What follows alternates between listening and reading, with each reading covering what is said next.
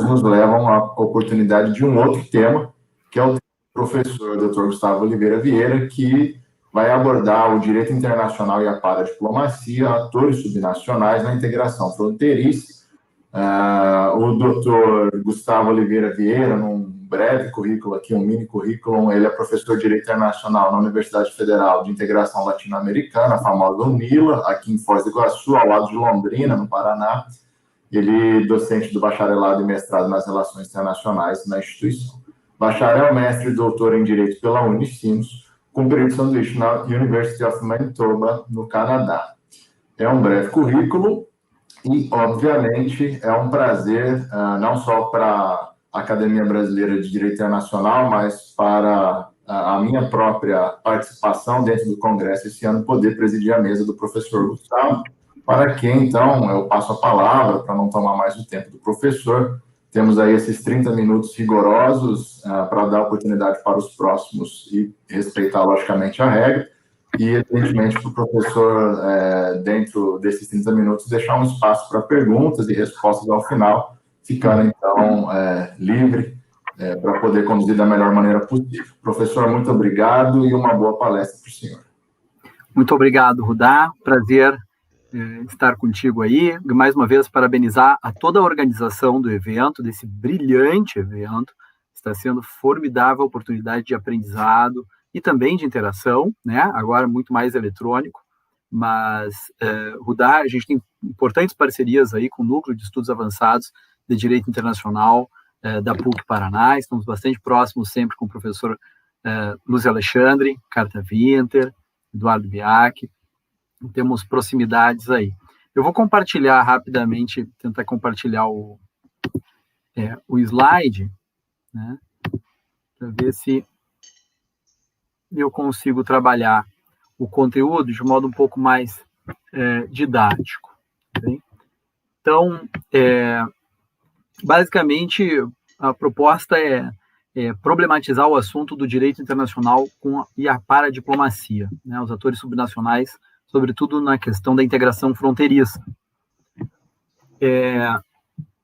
Tem se trabalhado muito no campo das relações internacionais a ascensão da paradiplomacia. Eu menciono ali em cima um artigo recente, Mariano Alvarez, né, a esse respeito.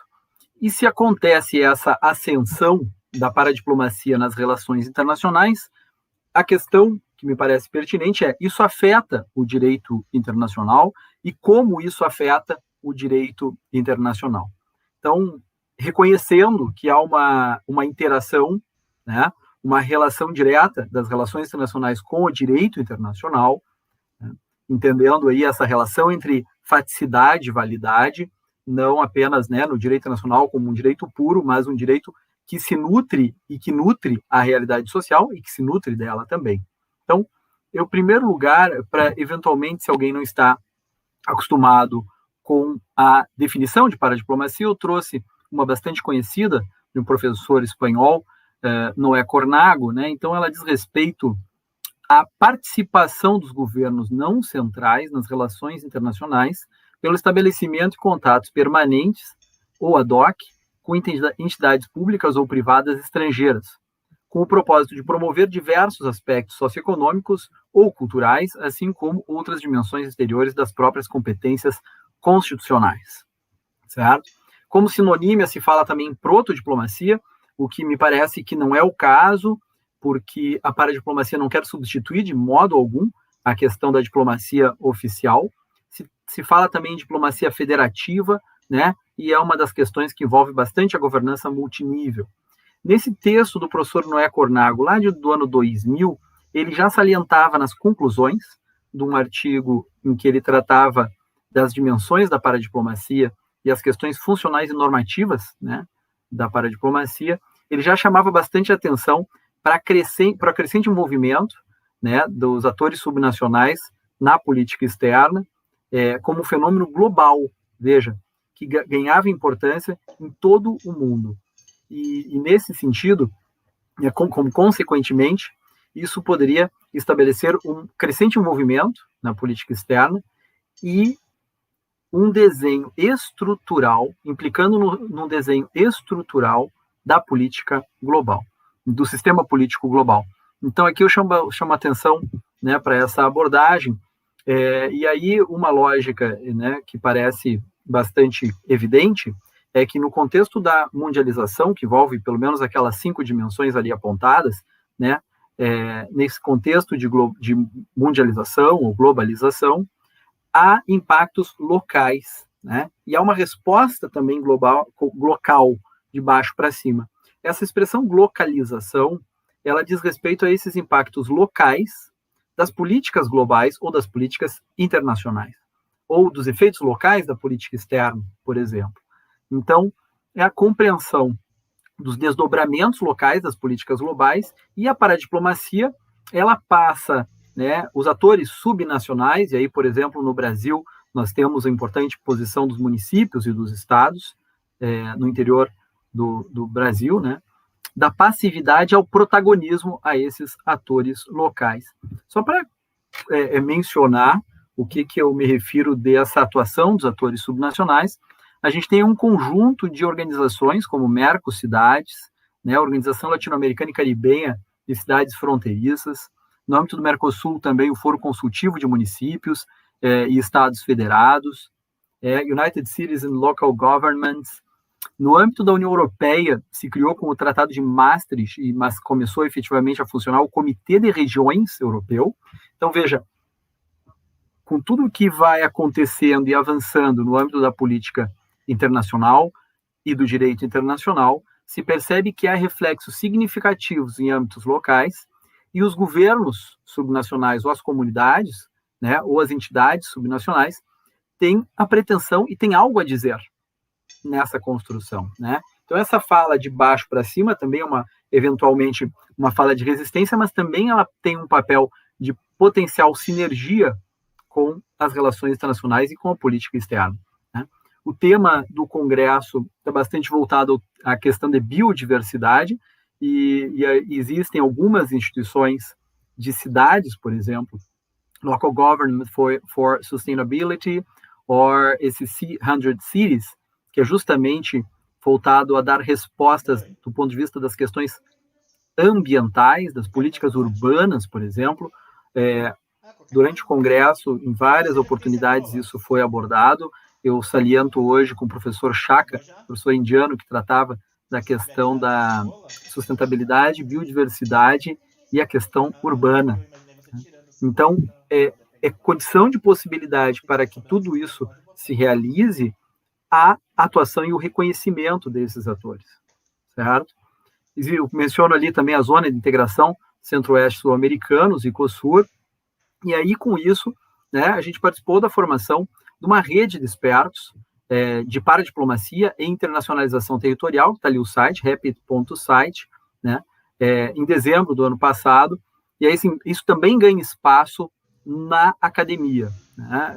A ideia é bastante nutrida por pesquisadores que buscam formar uma comunidade epistêmica a esse respeito. Eu tentei trazer a problematização sobre o direito internacional. E aqui eu sinto falta, e acho que poderia ser também uma mesa, né, com os professores, por exemplo, o Henrique Sartori Prado, que tem uma produção sobre esse assunto, a professora Josele Fiorin, também do Direito Internacional, né, para somarem nesses esforços, a deixa para o 19º encontro, quem sabe.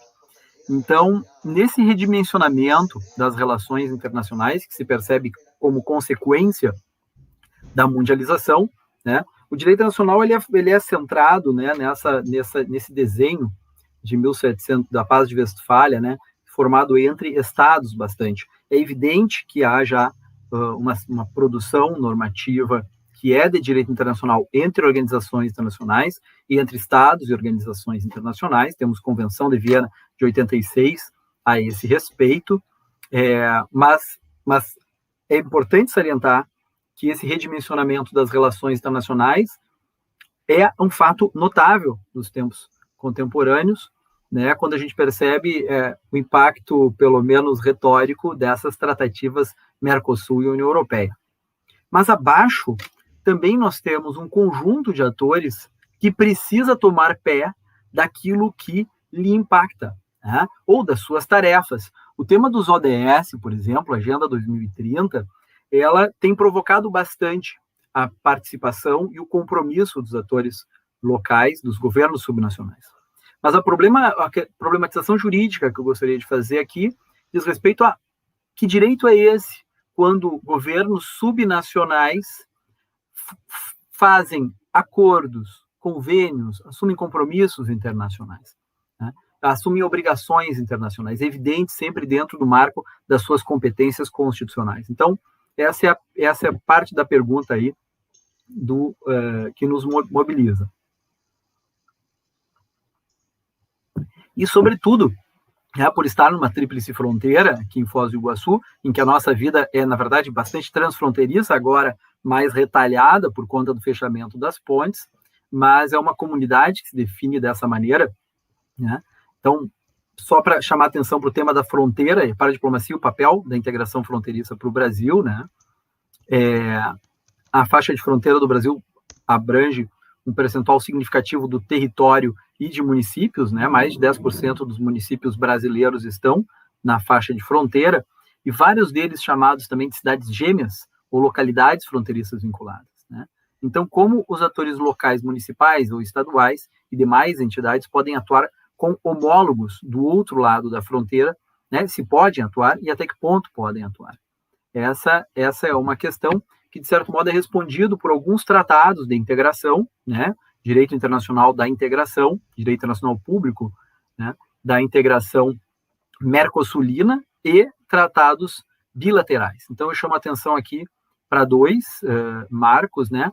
Os acordos de localidades fronteiriças vinculadas bilaterais, o Brasil tem com vários países, eu saliento com a Argentina e com o Paraguai. A imagem da direita acima é aqui a nossa região. Então, a Foz do Iguaçu fica numa esquina entre dois rios, o Rio Iguaçu, que divide o nosso território brasileiro com a Argentina, e ali é Puerto Iguaçu, e Ciudad del Este, Presidente Franco, do outro lado do rio Paraná, que corta de cima, de norte a sul, né? E nesse sentido, nós temos aí, se olhando de cima, é importante, eu chamo a atenção para isso, uma comunidade só, né? Que vive, que dorme, que trabalha, às vezes, de um lado diferente da fronteira, e as políticas públicas, há uma grande déficit de continuidade das políticas públicas, de um planejamento urbano conjunto, de um trânsito fronteiriço, de um comércio de subsistência facilitado, de um trânsito mais fluido nessa região. Então, sobre as questões de educação, por exemplo, né? As famílias se mudam de um lado para o outro, como é que fica, o idioma é diferente, como é que fica a inserção dessa população. Então, esses acordos, eles visam garantir uma melhor qualidade de vida para as populações fronteiriças, elencando quais são essas localidades vinculadas, né? E a novidade é que nós temos um acordo firmado em 4 de dezembro de 2019, recentemente, então, recém foi assinado, portanto, está à distância de entrar em vigor, no âmbito do Mercosul, elencando quais são as localidades fronteiriças vinculadas e inserindo várias vezes, do preâmbulo ao texto, a questão dos direitos humanos. Então, só lembro do artigo 5º, parágrafo 2º, né? Há elementos que são materialmente de direitos humanos, portanto, poderíamos reivindicar eventualmente o status constitucional dessas questões. E aí, só para essas imagens aqui, dão um pouco o tom da dimensão geopolítica que é estar na fronteira.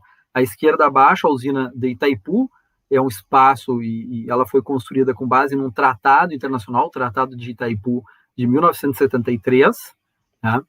Lembrando que em 1870 acabou a Guerra do Paraguai, em 1973 o Brasil assina com o Paraguai esse acordo e cria uma instituição e uma usina hidrelétrica, com exploração hidrelétrica do Rio Paraná, que vai gerar um grande potencial de desenvolvimento para os dois países, né, até hoje, e para a região. E aqui à direita, as Cataratas do Iguaçu, que é partilhada com a Argentina, é um olhar do Brasil, mas o lado que se vê ali à direita é mais a Argentina, que é considerada uma maravilha da natureza. Então, vejam que essa dinâmica é uma dinâmica bastante regulada pelo direito internacional e ela demanda uma apropriação dessas questões por parte dos atores subnacionais, né? Da dimensão geopolítica que isso tem e dos impactos que a política internacional gera sobre esse território, sobre essa comunidade. Aí que vem a relevância de se pensar e de se trabalhar o tema da paradiplomacia. E o problema central aqui é menos os aspectos meramente teóricos, mas, sobretudo, aqueles que consigam identificar as condições de fazer funcionar o direito internacional da integração e da integração fronteiriça para este território. Então, de qualquer maneira, é importante questionar, né, se haveria um direito da paradiplomacia. Em regra, se tem nas constituições, em regra, né, onde se tem direito da paradiplomacia, a Constituição ela preserva um espaço de atuação internacional dos atores subestatais. Então, a Constituição da Argentina, Alemanha, Áustria, Bélgica, Rússia, Suíça, né, autorizam a celebração de atos internacionais condicionados dentro das suas competências constitucionais, evidentemente. A Bolívia, da mesma maneira, a Bolívia, inclusive, tem uma lei sobre paradiplomacia estabelecendo essa regulação. Então, elas firmam, os municípios, os atores subnacionais firmam convênios, acordos, protocolos, têm posições, né, participam de conselhos, eventualmente, para delinear a política externa, têm voz em organismos internacionais. Então, a questão do ponto de vista do direito é saber se esses convênios, né, e esses ajustes, que tipo de direito é, né? Então, a hipótese aqui é uma reflexão de pouco tempo, né, seria um soft law internacional, né, ou pós-nacional, esse direito que se forma. Então, em primeiro lugar, o reconhecimento de que há direito internacional da diplomacia, evidentemente, mas não há um direito internacional da paradiplomacia. Né? Os atores subnacionais não são pessoas jurídicas de direito internacional, e não sendo, eles não podem ser, e os atos que eles firmam, né, avançam, celebram, não podem ser consideradas fontes de direito internacional. Então, entre personalidades e fontes, né, excluímos a condição de direito internacional da paradiplomacia. Agora, se a paradiplomacia não produz fontes, como é possível compreender a sua interação entre ambas as categorias, né? Relações internacionais, governos subnacionais, né? Então, esse seria um eventual paradoxo. A questão que me parece fundamental é que elas têm um potencial gigantesco de contribuição para fazer funcionar o direito internacional. E aí nós temos uma lição importante, bastante reconhecida, do Protocolo de Kyoto em relação aos Estados Unidos. Os Estados Unidos nos tornou parte do protocolo, né? Questão ambiental, mais uma vez, e os Estados federados assumiram compromissos em relação ao Protocolo de Kyoto e as metas que ele delimitava, e com isso, portanto, eles assumiram esse papel. Então, talvez aí, no âmbito de uma sociologia do direito internacional, né? Na dinâmica do direito internacional, certamente a paradiplomacia tem um espaço fundamental para trabalhar sobre temas de efetividade do direito e implementação das fontes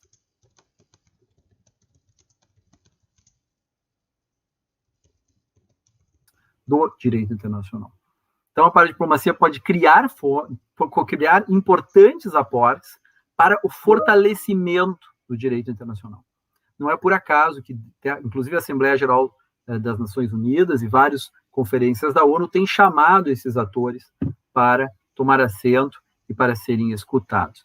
Então, para nós termos ainda um eventual tempo de questionamentos e de debates, vou fazer as considerações finais rapidamente. Então, ainda que a solução concreta de problemas no âmbito das relações internacionais dependa da paradiplomacia, como situações de regiões fronteiriças, os seus processos decisórios e fontes não geram direito internacional.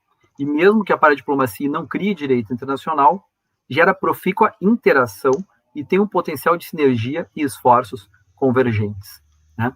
Perdão que eu me esqueci só de fazer uma menção aqui, rapidamente, né?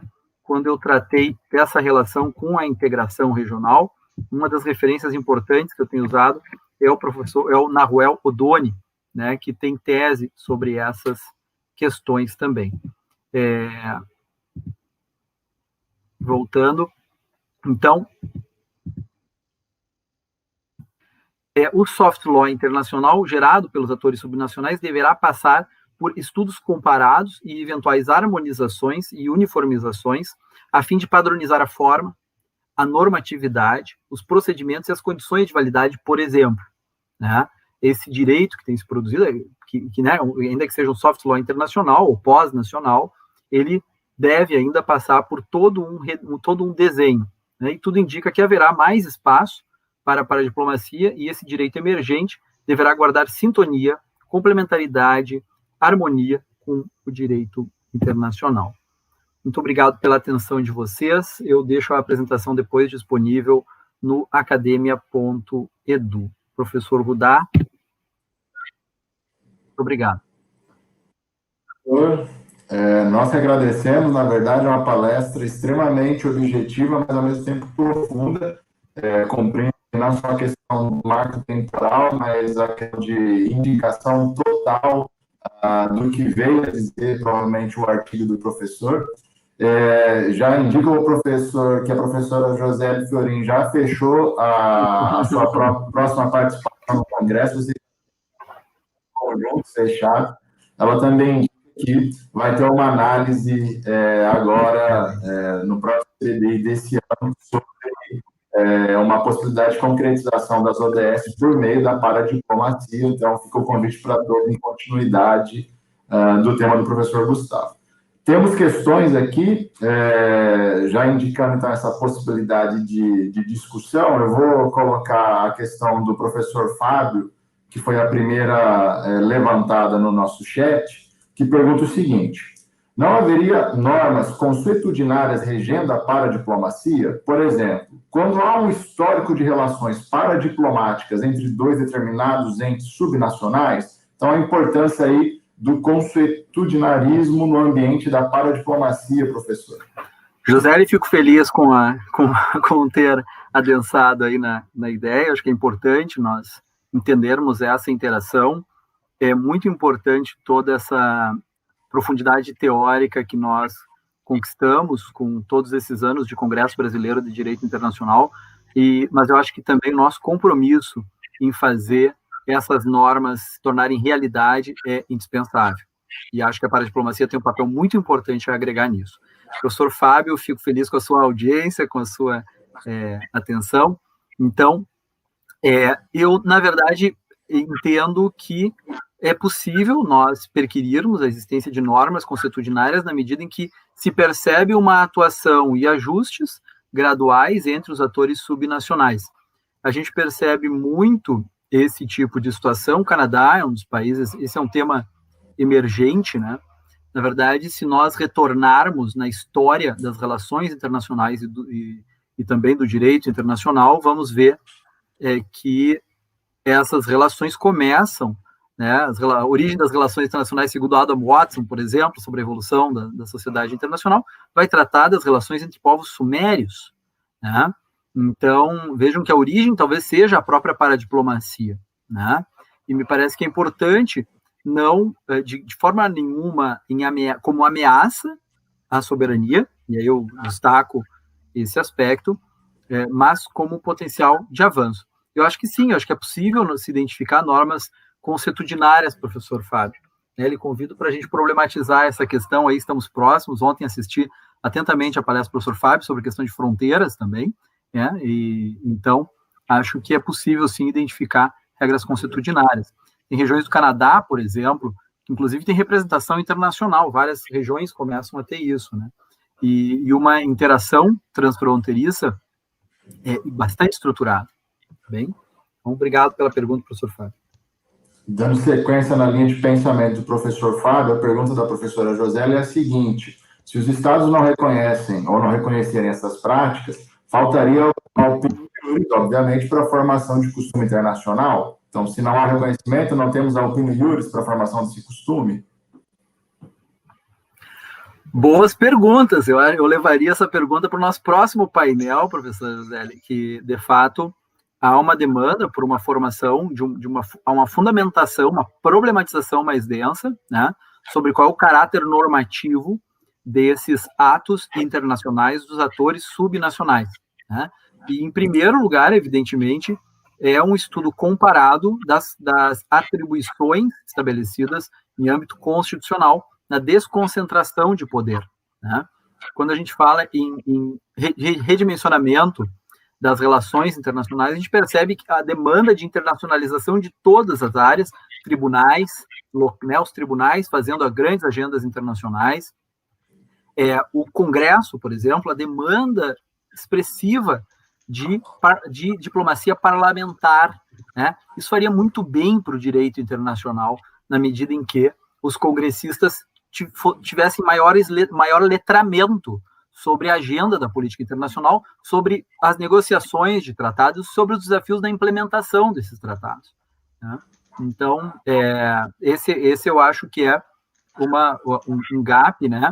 Mas certamente uma opinião sobre a formação do costume internacional, né? As perguntas se complementam muito bem, eu acho que é uma boa tarefa para nós nos dedicarmos aí nos próximos tempos. E ainda uma terceira pergunta, professor, da Emily Campos, que indica o seguinte: professor, existe um debate do papel da paradiplomacia no âmbito da OEA? E se houver, poderia falar um pouco? Se não houver, acredita que seria interessante ter esse debate junto à OEA? A OEA alberga muitas ações, muitas atividades e muitas interações, né? Ela é formada dentro de uma estrutura um pouco mais, eu diria, tímida, né? Talvez até conservadora, mas se nós observarmos o sistema interamericano de direitos humanos, lá há espaços de atuação muito importantes, inclusive de atores subnacionais. Eu nunca pensei em olhar, por exemplo, as jurisprudências da Corte Interamericana de Direitos Humanos buscando a atuação dos atores subnacionais, mas ali certamente a gente encontra tanto a atuação como amicus curiae, quanto, veja, se as pessoas começam, né, tem um espaço cada vez maior, certamente as comunidades também têm. Esse olhar para as comunidades e regiões a partir do direito nacional é uma complementação importante, né? Excelente, professor. E aí, na verdade, acredito que, diante do tempo, eu vou colocar aqui como uma questão, e me parece uma questão que foge um pouquinho do ambiente de paradiplomacia, mas entra mais no momento atual, ainda pela professora José, ela pergunta: Gustavo, como está a cooperação internacional princípios da Tríplice Fronteira durante a pandemia? É uma preocupação que, evidentemente, amarrar a questão do Covid dentro de um plano de comunicação, né, fugindo da paradiplomacia. Então, primeiro que nós estamos com as fronteiras fechadas para o fluxo de pessoas, uma ponte que passava 80 mil pessoas num dia, hoje só passa caminhões, né? Então há um comércio internacional formal, de carga, segue acontecendo, e há um preparo, né, há uma tentativa, há negociações, e os prefeitos, por exemplo, de Foz do Iguaçu e de Ciudad del Este, têm se encontrado para preparar as medidas sanitárias, né, condizentes com a gradual reabertura da ponte. Então, há aí avanços nesse sentido, e também em termos de cooperação internacional, duas questões para salientar. Primeiro que Foz do Iguaçu tem acordos e é celebrado como cidade irmã de cidades chinesas. Essas cidades chinesas mandaram, a título de cooperação internacional, bastante material de proteção individual para o enfrentamento da Covid, né? Máscaras, uma série de condições de cooperação internacional, a partir da cooperação internacional entre os atores subnacionais. E, de outro lado, o Ciudad del Este tem pouca infraestrutura para o tratamento da Covid-19 e eles têm negociado espaços e leitos aqui em Foz do Iguaçu. Então, são esses três aspectos que eu saliento nesse contexto atual. Muito bom, professor. Só a título de salientação, né, além da própria apresentação da professora Josélia, que vem dentro do próprio CBDI falar da paradiplomacia, hoje de manhã eu estive em outro painel como apresentador, e o tema do outro painelista era paradiplomacia, mas dentro do ponto de vista dos estados do Nordeste. Então, recheado de paradiplomacia, algo que realmente indica a atualidade do tema. Mais do que isso, indica uma necessidade de discussão.